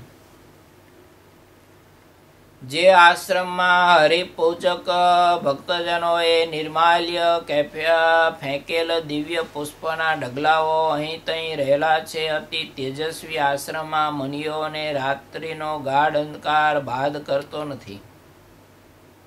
જ્યાં 6 અંગો સહિત 4 વેદોને જાણનારા અને ઇન્દ્રિયોના નિગ્રહથી કૃષ્ણ લતાઓવાળા તથા જટાઓવાળા પવિત્ર વાનપ્રસ્થોના ખૂબ ભસ્મ સમૂહોવાળી અગ્નિહોત્રીની શાળાઓ છે.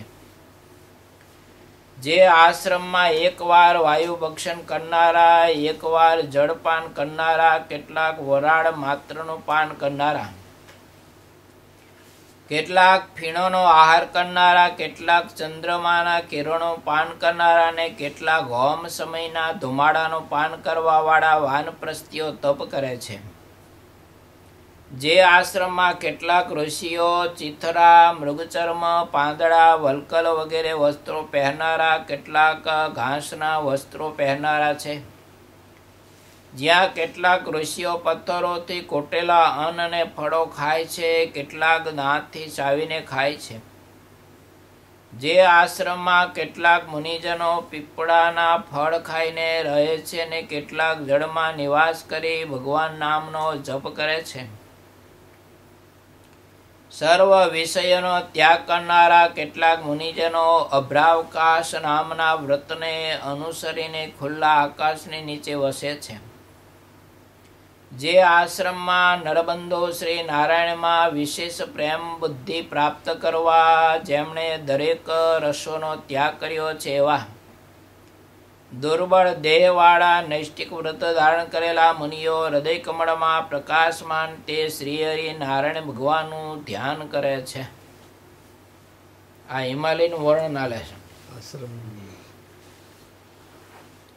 બદ્રિકાશ્રમનું.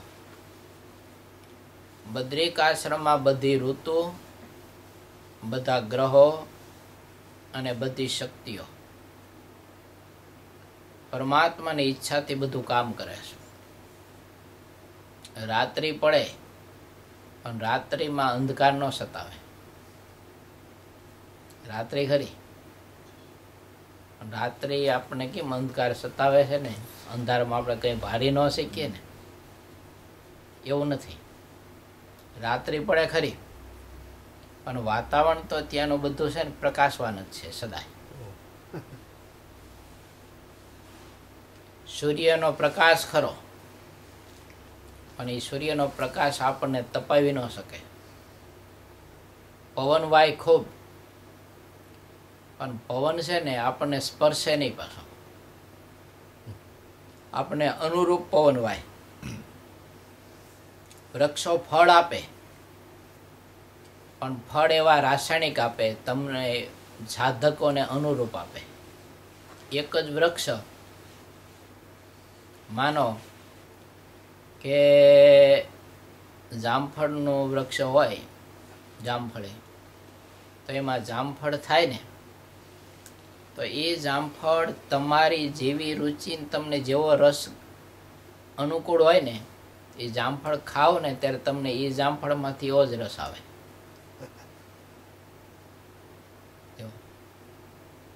અને એક જામફળ ખાઓ તમે એટલે 6 મહિના સુધી તમારે કંઈ ખાવું ન પડે.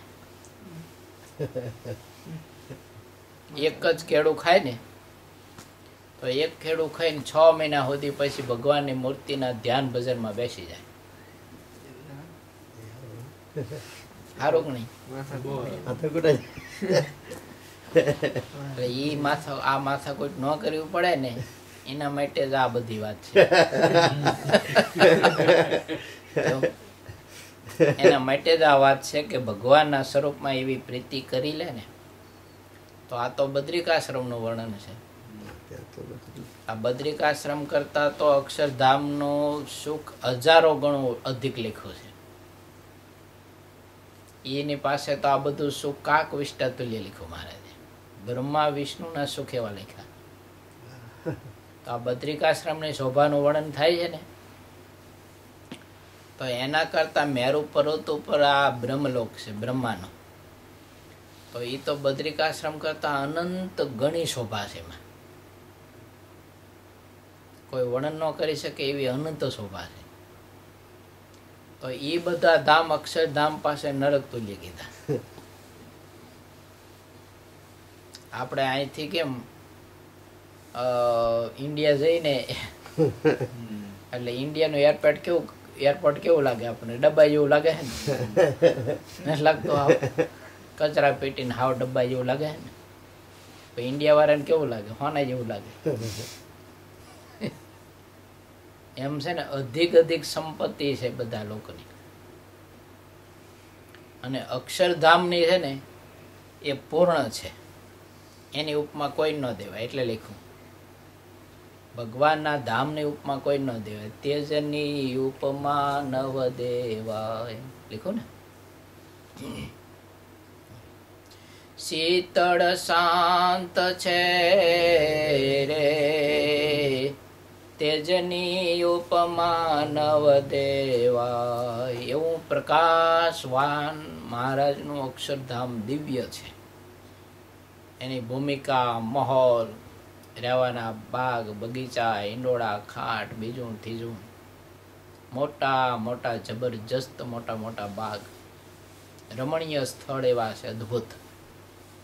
તો ટૂંકમાં મહારાજે દ્રષ્ટાંત કેવું આપ્યું છે પ્રથમના 12માં કે મહારાજ કે આ સમગ્ર પૃથ્વી કાચની હોય અને નક્ષત્રો જેટલા તારા છે ને બધાય સૂર્ય હોય અને એનો પ્રકાશ આ ધરતી ઉપર પડતો હોય, ત્યારે સૂર્યના પ્રકાશથી આ કાચની ધરતી કેવી શોભે, એવું શોભાયમાન ભગવાનનું અક્ષરધામ છે. એ આધાર આપ્યો છે, ખાલી દ્રષ્ટાંત આપ્યું છે, પણ એવું નથી, એથી અધિક છે.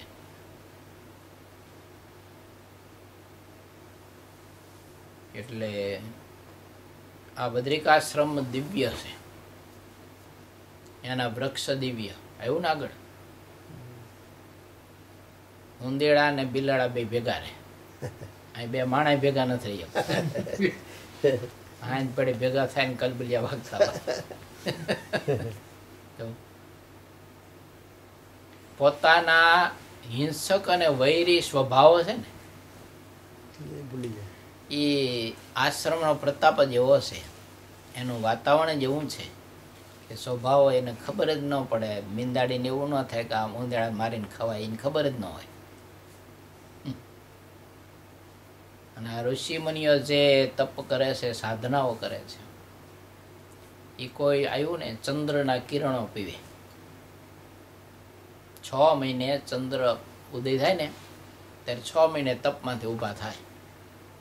6 મહિને ઊભા થઈને ચંદ્રના કિરણો એટલે મોઢું પોરું રાખી અને કિરણોનું પાન કરી લે, વરી પાછા તપમાં બેસી જાય. 6 મહિને વરી પાછા ઊભા થાય. કોઈ સૂર્યના કિરણોનું પાન કરે, કોઈ પાણીની અંજલી, આપણે હવે પૂજા કરવા બેસીને આચમન કરીને કેટલું 2 ટીપા પાણી હોય આચમનમાં, એ ગંગાનું આચમન કરી અને વરી પાછા બેસી જાય તો 6 મહિને ઊભા થાય. આવી નિર્ગુણ ભૂમિકા છે. એટલે ભગવાન અક્ષરધામના અધિપતિ આ ધરતી ઉપર માનવ જીવનના કલ્યાણ માટે પ્રભુ અવતાર ધારણ કરવાના હતા ને, તો એ પ્રભુની આ પૂર્વ ભૂમિકા સતાનંદ સ્વામી ગ્રંથ લખતા પહેલા પોતે બતાવે છે કે જે પરમાત્માના ચરિત્ર હું તમારી પાસે ગાવા માગું છું, એ પરમાત્મા આ ધરતી ઉપર આવ્યા, તો એ પરમાત્માએ આ ધરતી ઉપર આવીને કેવી પૂર્વ ભૂમિકા બાંધી એનું વર્ણન સ્વામી કરે છે.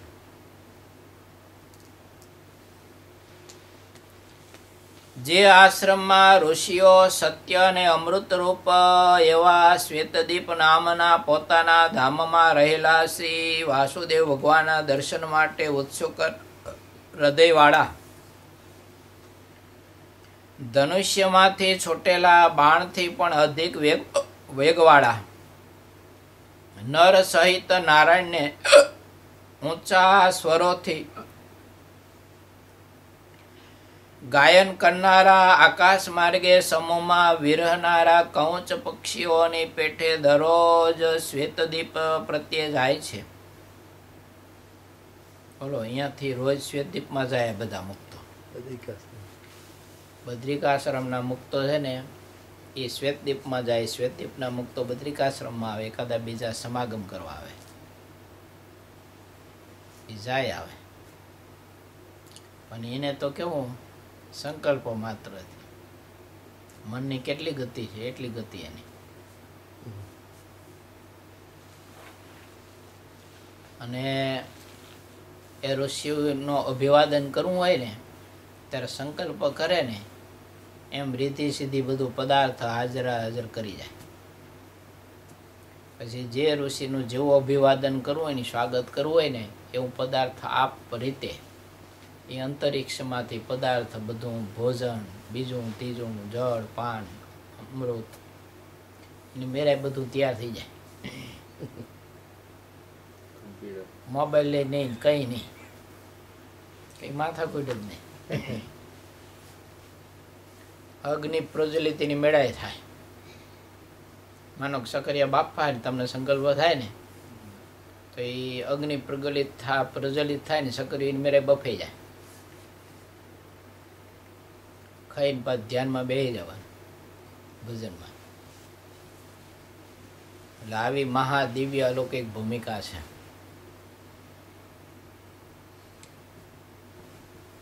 હે વાસુદેવ, આ પ્રમાણે આકાશમાં ઊંચેથી ધ્વનિ કરનારા શ્વેત કાંતિવાળા માર્ગમાં પોતાની પ્રત્યે આવતા અને સર્વભાવથી નમસ્કાર કરતા નારાયણના ઋષિઓને ઘણા સત્કારપૂર્વક નમસ્કાર કરતા શ્વેતમુક્ત કૌંચ પક્ષીઓના સમૂહની પેઠે નર સહિત નારાયણના દર્શન માટે શ્વેતદીપથી દરરોજ બદ્રિકાશ્રમમાં આવે છે. જે આશ્રમમાં વનવાસીઓ એવા પશુ પક્ષીઓ સાપ અને મનુષ્ય બધા પ્રાતકાળે સ્નાનાર્થે ગંગા પ્રત્યે જશે એવા શ્રી નારાયણ ભગવાનના દર્શન કરવા તત્કાળ બીજી સર્વ ક્રિયાઓનો ત્યાગ કરી દરરોજ માર્ગમાં આવીને હમણાં પ્રભુ આવશે એમ ઉત્સાહવાળા તેથી ઊંચા મુખવાળા થઈને હારબંધ ઊભા રહે છે.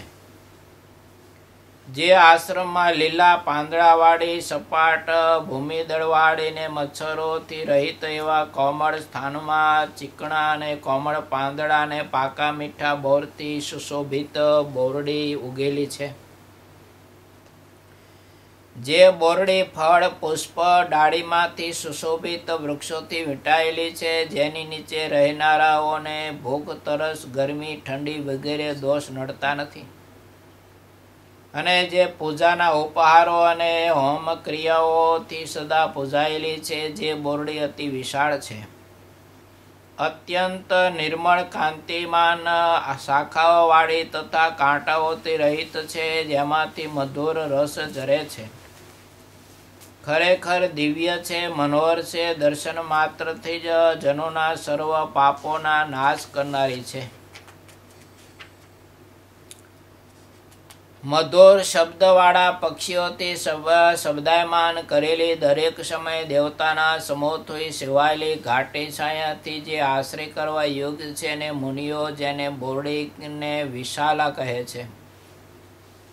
જે આશ્રમમાં જ્ઞાન વિજ્ઞાનથી સંપન્ન સિદ્ધ ને ભાગવત ભક્તોના અગ્રણી એવા ઉદ્ધવજી શ્રી કૃષ્ણ ભગવાનની આજ્ઞાથી નિવાસ કરે છે.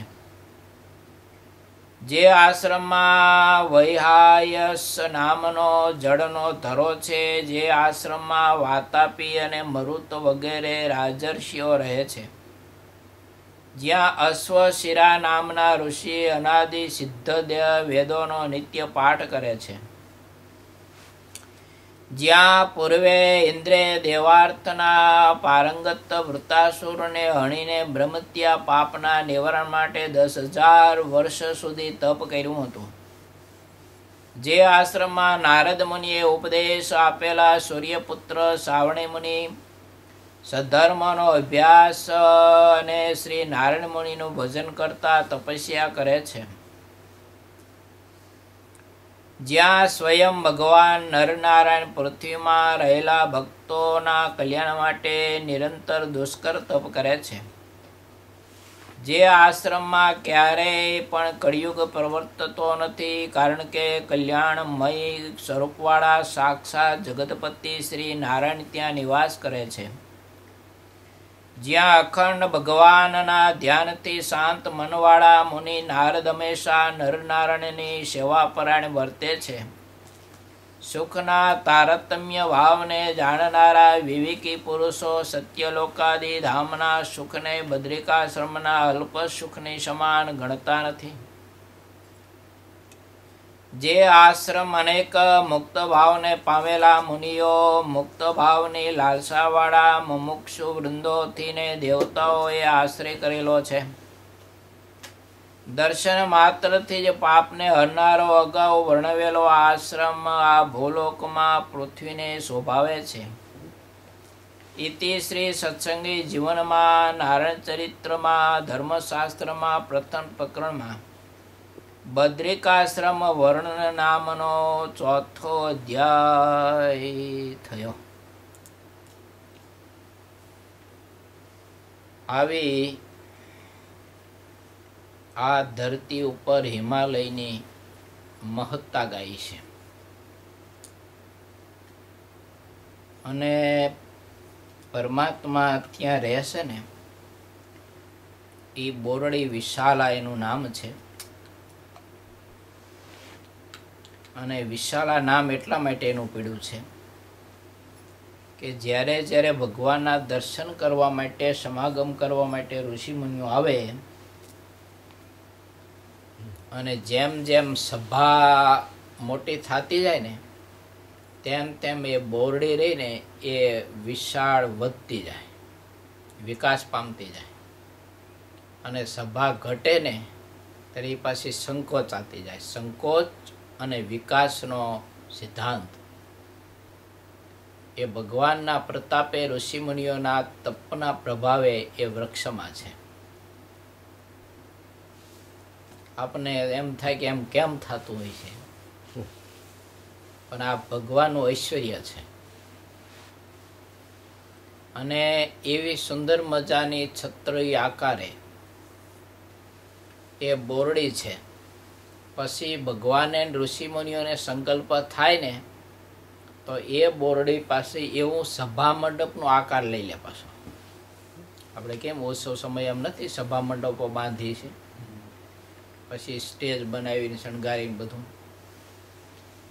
તો એ જો ઋષિમુનિઓને સંકલ્પ થાય ને કે આજ તો ભગવાનનું દર્શન, વિશાળ શોભનીય સભા મંડપ હોય, અને એમાં સરસ મજાનું સ્ટેજ અને રત્નજડિત સિંહાસન હોય,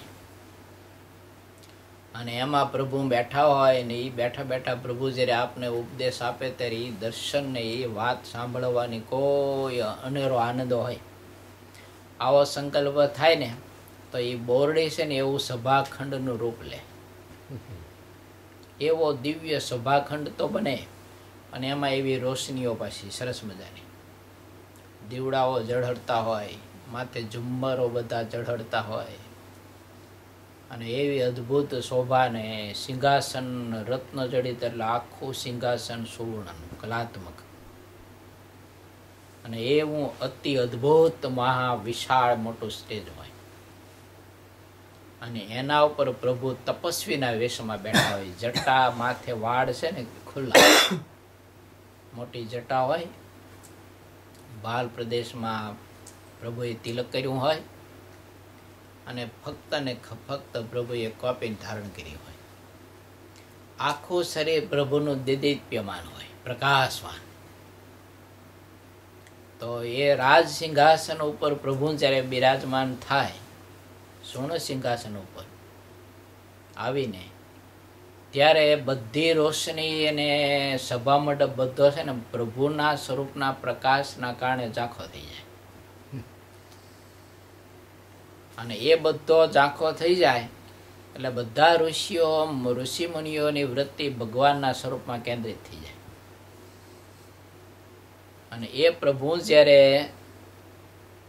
કોઈ વિષય ઉપર વાત કરે, ધર્મ, જ્ઞાન, વૈરાગ્ય કે ભક્તિ ઉપર, ત્યારે ઋષિમુનિઓ સાંભળવામાં એટલા બધા એમાં લય પામી જાય કે સમયનો સમય, વર્ષોના વર્ષો વયા જાય. તો એમ જ થાય કે પ્રભુએ કેમ આજ વહેલી સમાપ્તિ ગઈ.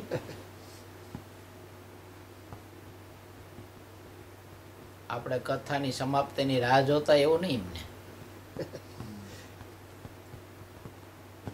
આવું દિવ્ય વાતાવરણ છે તેનું. અને બધાય લોકના મુક્તો ત્યાં આવે સમાગમ કરવા માટે, કથા સાંભળવા માટે. પશુ પક્ષીઓ બધા છે ને એ ભગવાન કથા કરે ને ત્યારે બધા સિંહ, વાઘ, વરુ, દીપડા, હાથી, નરિયા, સર્પ, બિલાડા, શિયાળિયા, આ બધા જે પશુ છે ને એ પશુ અને બધા પક્ષીઓ એ પણ ઋષિમુનિઓની જેમ જ સભામાં આવીને બેસી જાય. એ આખા આશ્રમનું પ્રભુત્વ છે. અને એવી સુંદર મજાની દિવ્ય શોભા થાય લાગે. અને એ પ્રભુ ત્યાં ધર્મનો ઉપદેશ આપતા હોય ત્યારે આપ મેળાએ મધુર કર્ણ પ્રિય સંગીત, સુંદર મજાનો એનો ધ્વનિ છે ને એ ચારેય બાજુ આમ ગુંજારાવ કરતો હોય. અને પુષ્પો જે છે ને વિવિધ પ્રકારના, મોગરો, જુઈ, ચમેલી, ગુલાબ, એ પુષ્પોએ પોતાની સુગંધ જે છે ને એ આપ મેળાએ આખા આશ્રમમાં પ્રસારે. એટલે આખો આશ્રમ આમ ધમધમતો હોય સુંદર મજાની પુષ્પોની સુગંધથી. એવું આહલાદક ત્યાંનું વાતાવરણ છે. બોલો, આ બદ્રિક આશ્રમનું વર્ણન સતાનંદ સ્વામી કરે છે. એ ઋષિને આ વર્ણન કરવાનું કારણ તો એટલું જ છે કે આ વર્ણન સાંભળે તો કોઈને એમ થાય કે ઓહો, આવું બદ્રિકાશ્રમનું અદ્ભુત દિવ્ય શોભા, વર્ણન, સુખ. તો એના આધારે અક્ષરધામના સુખનો છે ને આધાર બાંધે કે આથી તો અનંત ગણું અધિક છે અક્ષરધામનો. તો એ ભગવાન સ્વામિનારાયણને હું ભજીશ, પ્રભુની ભક્તિ કરીશ, તો એ દિવ્ય અક્ષરધામને હું પામીશ. તો એ દિવ્ય અક્ષરધામનું કેવું સુખ છે, મહા અલૌકિક. એટલે આ બધો આધાર આપવાનું કારણ તો એટલો જ છે કે અંતે ભગવાન શ્રી હરિની મૂર્તિમાં જેવું પ્રેમ કરે, સ્નેહ કરે. એટલે આવી અદ્ભુત વાત છે બધી કથા સત્સંગી જીવનની. સારું, સહજાનંદ સ્વામી મહારાજની જય.